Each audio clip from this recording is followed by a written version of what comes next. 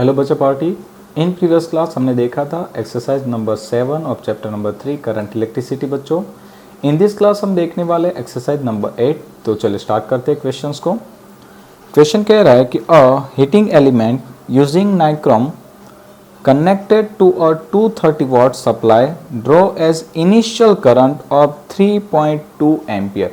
Right बच्चों, it means जब हमने एक नाइक्रोम के हीटिंग एलिमेंट को 230 वोल्ट पावर सप्लाई से अटैच कर दिया, एट दैट टाइम उसमें से करंट फ्लो हो रहा था 3.2 ampere.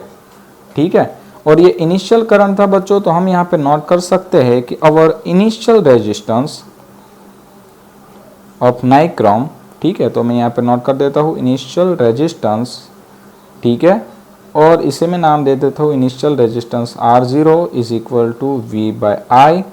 It means 230 divide by 3.2।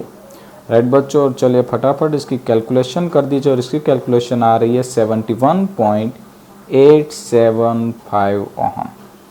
ठीक है, तो ये मिल गया हमें initial resistance of the heating element which settles after a few seconds to a steady value of 2.8 ampere.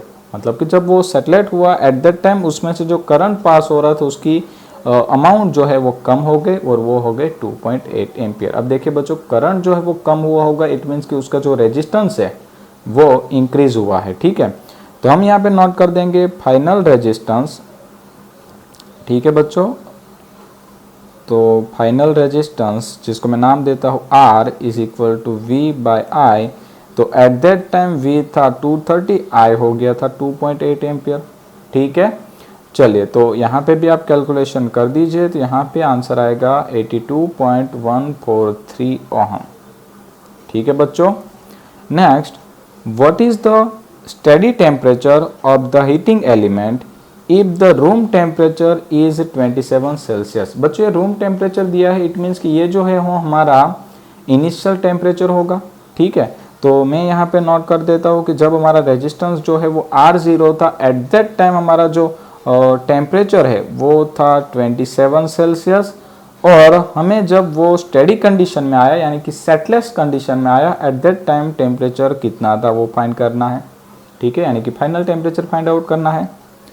And temperature coefficient of resistance of nichrome average over the temperature range involved is 1.7 into 10⁻⁻⁴।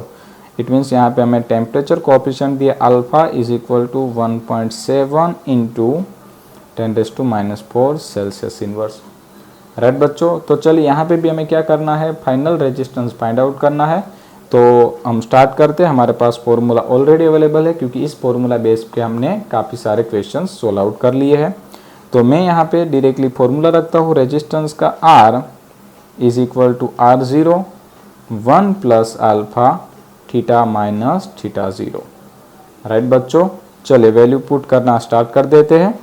R की value थी 82.143 is equal to R0 की value थी 71.875 बच्चों। In bracket 1 plus alpha की value कितनी थी 1.7 into 10⁻⁴। Theta जो है वो मैं फाइंड करना, तो थीटा 0 की वैल्यू थी 27। ठीक है बच्चों, चलिए अब आपको क्या करना है, फटाफट कैलकुलेटर यूज करना है। आप 82.143 डिवाइड बाई 71.875 कर दीजिए। यस ग्रेट, और यहाँ पे आपको आंसर मिल रहा होगा 1.143 is equal to 1 plus 1.7 into 10⁻⁻⁴ in bracket theta minus 27।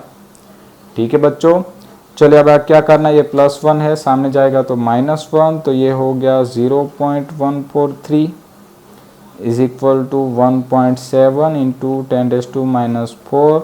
अब देखिए कैलकुलेशन काफ़ी इजी हो गया होगा। अब क्या करेंगे, इससे हम डिवाइड कर देंगे, -27 उस साइड जाएगा तो +27, तो हमें यहाँ पे फाइनली थीटा मिल जाएगा। Theta is equal to 0.143 divide by 1.7 into 10⁻⁴ plus 27। Right बच्चों, चलिए फटाफट से आप इसकी कैलकुलेशन करके उसमें +27 कर दीजिए, और मेरे हिसाब से आंसर आ रहा है 868.2 और यूनिट होगा सेल्सियस। ये मत भूलिएगा सेल्सियस क्यों आया, सिंपल था भाई, यहाँ पे भी यूनिट सेल्सियस था और यहाँ पे भी यूनिट सेल्सियस था, तो हमारा आंसर आ गया सेल्सियस में और आया है 868.2 सेल्सियस। राइट बच्चों, आई थिंक ये क्वेश्चंस आपको अच्छे से समझ में आया है। ठीक है, इन नेक्स्ट लेक्चर हम मिलेंगे एक्सरसाइज नंबर 9 के साथ। Thank you.